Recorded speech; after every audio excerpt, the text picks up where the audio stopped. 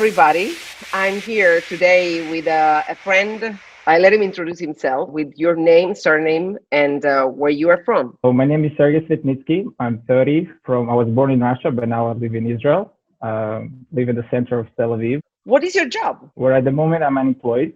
As you know, the pandemic changed our life from A to Z. For that, I was working as a strategic account manager in a freight forwarding company, working with developing countries. Now, after the pandemic, it has to do some changes to our lives, and decided it's time to go. I started school, and now we just go day by day. So you're using this time for your personal improvement. I just started my MBA back at Ben Gurion University. I just decided that since we're all sitting home, has, of course, a lot of challenges, but also has a lot of opportunities. So you sit home, you can take 3 courses online. I started a Zoom University, basically. I also started looking towards the stock market. And now it's a lot of intuitive apps. You can trade by yourself. You don't have to have a lot of knowledge. You just need to learn a little bit and then just advise with some people that do understand more than you. The secret in life, if you don't know anything, you just pay the man or you ask a friend for advice. Which choice do you pick? I actually did them both. So I found Stock Advisor, one of the leading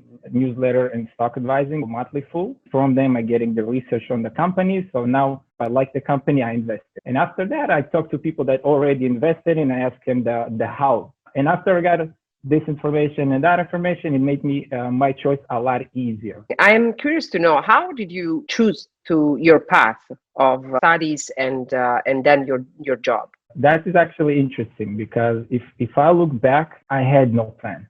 In Israel, there's a saying like, you make plans and God make laughs. So everything I do, I try to look at opportunities and things that can benefit my big agenda, big goal. Right? What are the jobs that you have done it until now? I actually I like to jump to different areas. So I was a bar manager for years, and then I was an event manager, and then I worked in the whole nightlife. After that, after school, I started going to jobs more towards innovation. So I worked in a startup and I worked in that freight freighting company, basically logistics.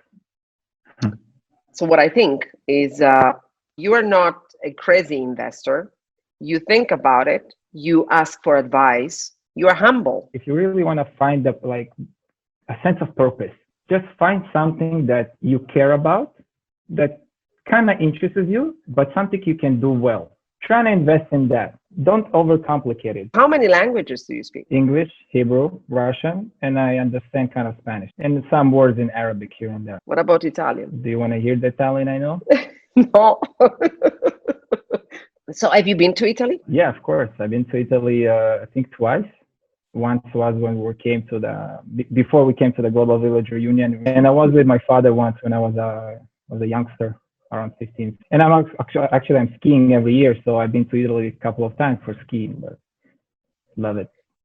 So what kind of differences do you see between Italy and your country? Besides the language barrier? Of course. I would say a little bit of the mentality, the closeness, the social, because also Israel is a small country, so it's much closer to each other. So you feel like it's a small, big family. And I think more of those. Any great pasta. We just copy it. You make great pasta? No, you guys make great pasta and we copy it and we ship it to Israel. That's what we do. We pay the man. As always. But you make a great shakshuka. Yes. That's what I had for breakfast. I am curious about your global exposure. You mentioned several times the Global Village, but the people that are listening to this interview, they don't know what the Global Village is. Global Village is a 2-month program, basically, that takes people around the world in the same place and having those same different perspectives from all over the world, building a community that will help each other grow in the next leaders of the future. It was founded by Leah Koika. He was the chairman of Chrysler. And that was also a great experience. Also, a lot of friends being made, a lot of lessons learned. Where was it? It was in the United States, in Bethlehem, Pennsylvania. Kind of funny that I flew from Israel to Bethlehem, Pennsylvania, and I stayed in the United States. For me, it was very funny. I was like, I came from 15 hours flight from Israel to Bethlehem. I have Nablus right here. Can go eat hummus over there. Was it your first time in the United States? No, it was actually my second. After I finished the army, I left to the United States and I was backpacking for a year. What was your takeaway? That first of all, you can trust yourself. When you're on your own and you're just traveling around, you can find yourself. Of course, we're not in the woods, but it's still you on your own with no family. You're 21. You're traveling with a little bit of money. You have to be economical where you go. I learned a lot about myself, about my likes and dislikes. I learned a lot about the risks, how you manage risk. You don't want to backpack in a place that you can cut off supply or things like that. You have to plan. So you traveled a lot, you met a lot of people. You actually underlined the fact that people are very important in life. So how would you define networking? It's interesting. What kind of networking? Is it networking like me and my friends networking, or we are networking more professional? Everything you do, every meeting, every place you go, you need to understand, okay, what is my goal from this specific place? Like if I go to a meetup, okay, my goal is to find 5 founders and give them my business card, for example. So first of all, you need to define what networking eventually is. Relationship management. Not everybody thinks in this way, that it is always networking, gathering with people, but it's a matter of your purposes. So you need to have a goal. What is your relation with change? Change, I think, is just a word, for me at least. What is change? We have changes every day. Corona made a big change. So change, I will refer to as life more. So as you go on, you have changes along your way. You just need to adapt to those changes. I just think it's, what are you doing?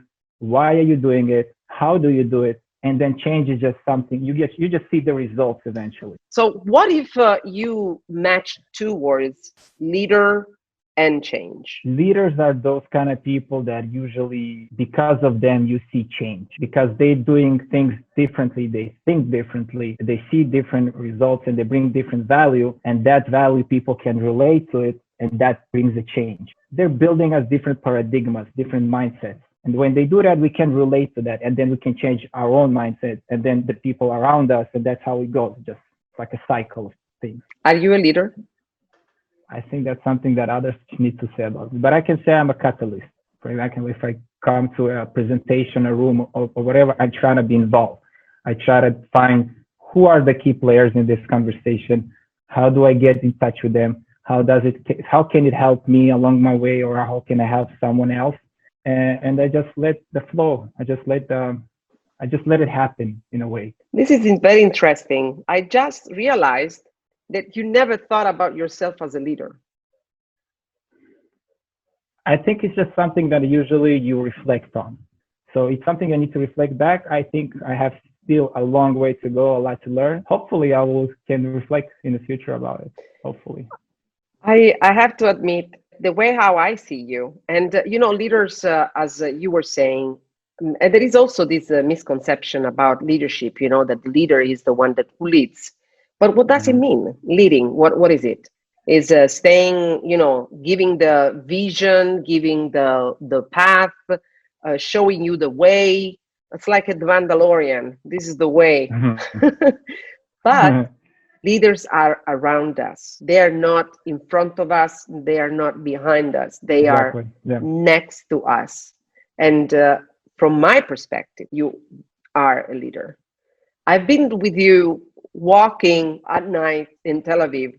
You have always the big picture of where you are, where you want to go, the best advice to give to friends, support.